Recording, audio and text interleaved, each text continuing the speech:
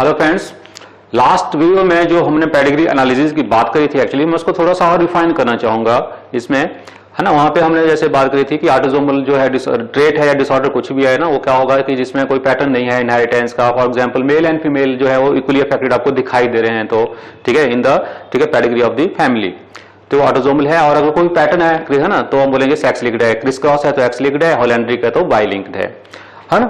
हम जो है उसमें डोमिनेंट की जो बात करें, पहले हम चलते हैं ऑटोसोमल डोमिनेंट पे। तो डोमिनेंट पे हमने कहा था ऑटोसोमल डोमिनेंट एक तो पैटर्न नहीं है, वो तो हो गया ऑटोसोमल डोमिनेंट है। हमने कहा था कि जो प्रोजेनी है तभी अफेक्टेड होगी जब कोई ना कोई पेरेंट जो है अफेक्टेड है। जैसे यहाँ प्रोजेनी अफेक्टेड दिखाई दे रही है, लेकिन ठीक है तभी जब पेरेंट अफेक्टेड है।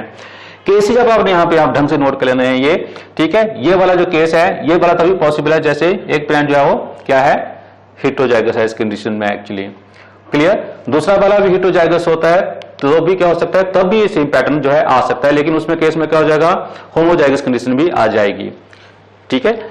ओके, तो ये पॉसिबिलिटी देखनी डिफरेंट है अपने यहाँ पे, क्योंकि चाहे मेल या ना चाहे फीमेल है, चाहे मेल अफेक्टेड पेरेंट, प्रोजीनी जो है कोई भी अफेक्टेड हो सकती है, मेल और फीमेल, क्लियर। और इस केस में ये इंपॉर्टेंट चीज आती है कि कई बार जो है, ठीक है, डोमिनेंट जो है ऑटोसोमल डोमिनेंट में दोनों मेल फीमेल आपको अफेक्टेड दिखाई दे रहे हैं, लेकिन एक भी प्रोजीनी अफेक्टेड नहीं है, ठीक है। वो कैसे पॉसिबिलिटी है ना, ये कि ये वाला जो ना क्रोमोजीन है और ये वाला जो आपस में मिलता है आता है प्रोजीनी में बाय चांस, ठीक है, प्रोबेबिलिटी है एक्चुअली। तो कोई भी जो है, ठीक है, जो प्रोजीनी अफेक्टेड नहीं रहेगी, क्लियर।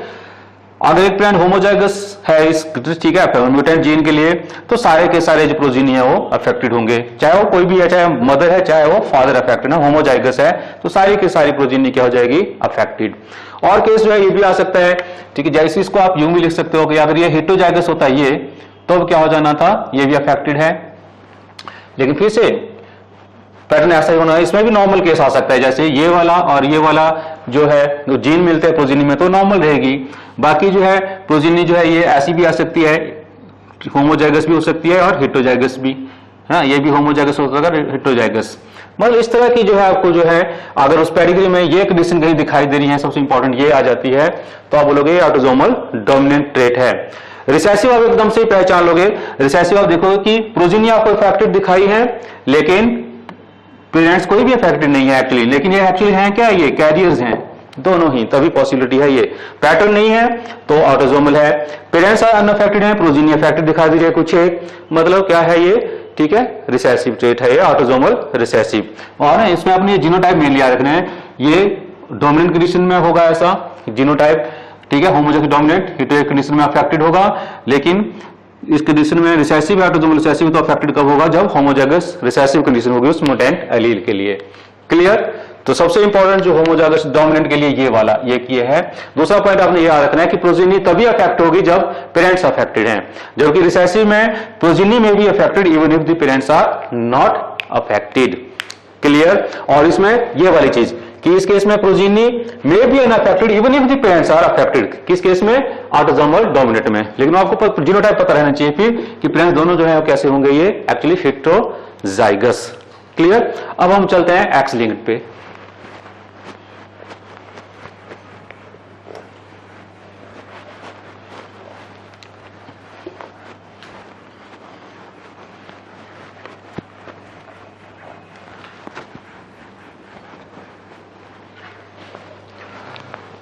पहले हम आ जाते हैं एक्स लिंक्ड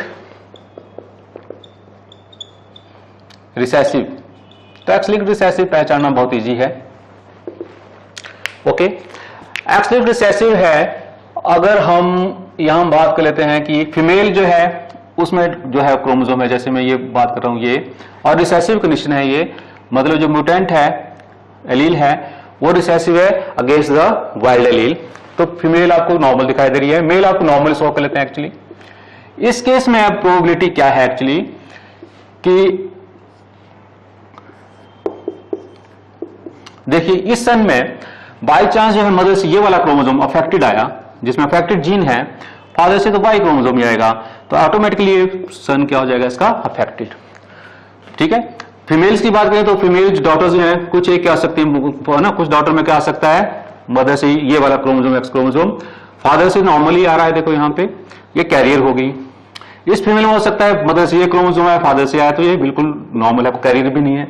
सिमिलरली ये वाला जो सन है, हो सकता है मदर से ये वाला क्रोमोसोम आया एक्स, फादर से वाई आया, ये नॉर्मल है, इस तरह से। अब आगे देखिएगा, इस फीमेल डॉटर की जो है, ठीक है, मैरिज नॉर्मल पर्सन से हो रही है, तो आगे फिर से क्या चांस है, ठीक है, ये आगे फिर से वही चांस है जो इस केस में थे। सेम मैं स्वयं कर लेता हूं, यहां पे उतार लेता हूं, ठीक है, कि मेल जो है 50% अफेक्टेड, फीमेल 50% क्या हो सकती है, कैरियर्स। क्लियर। सिमिलरली अगर हम यहां बात करें, ये इस केस में क्या होगा कि डॉटर जो है, अब देखो सारी की सारी डॉटर्स जो हैं इस केस में कैसी हो जाएंगी, कैरियर्स, क्योंकि फादर से क्रोमोसोम जा रहा है, ये है ना, ये वाला, तो सारी डॉटर्स क्या हो जाएंगी, कैरियर्स, चाहे ये मदर इनकी नॉर्मल है, ये। ओके, इन डॉटर्स की फर्दर जो आगे प्रोजीनी आएगी उसमें फिर से क्या हो जाएगा, चांसेस हैं 50% सन्स के अफेक्ट होने के, ये इसका भी और इसका भी 50% सन जो है अफेक्टेड हो रहे हैं, होने के चांसेस हैं, होना ना होना ये मैटर नहीं करता कि होंगे ही होंगे, लेकिन चांसेस आ गया। अब देखिए इस तरह की इनहेरिटेंस हो रही है, हमें दिख रहा है कि इस पेडिग्री में, इस फैमिली हिस्ट्री में ज्यादातर कौन अफेक्टेड है, बीच बीच में सिर्फ मेल ही अफेक्टेड दिखाई दे रहे हैं आपको, लेकिन चांसेस भी देखने आपने कैसे कैसे हो रहा है ये, तो एकदम समझ जाइए it is x linked recessive trait, है ना। अगर वाई लिंक्ड होता तो क्या हो जाना था, वाई लिंकेज में सारे के सारे जो फैमिली के अंदर के मेल हैं सारे के सारे क्या हो जाने थे, अफेक्टेड, ठीक है। वाई लिंकेज में होता तो ऐसा होना था, जैसे ये मेल अफेक्टेड, इसके बाद जितने भी सन हैं इसके और ना सन होने थे वो सारे क्या होने थे, अफेक्टेड। क्लियर, तो वो होना था, वो वाई लिंकेज था। चलिए अब हम आते हैं एक्स लिंक्ड डोमिनेंट पे।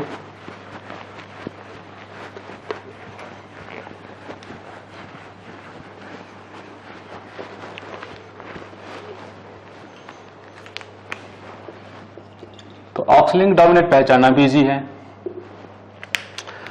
एक्स लिंक्ड डोमिनेंट, ओके, मैं शुरुआत करता हूं पेरेंट्स से, और पेरेंट्स में मैं यहां पे शो कर देता हूं।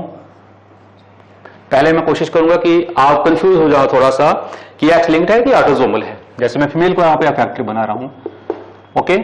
और मान लेते हैं ये फीमेल जो है, लेकिन क्या है, हेटेरोजाइगस है इस जीन के लिए, ये नॉर्मल फादर है, ये मेल है, इनकी प्रोजीनी के चांसेस क्या रहेंगे अब, ठीक है, वही बात है।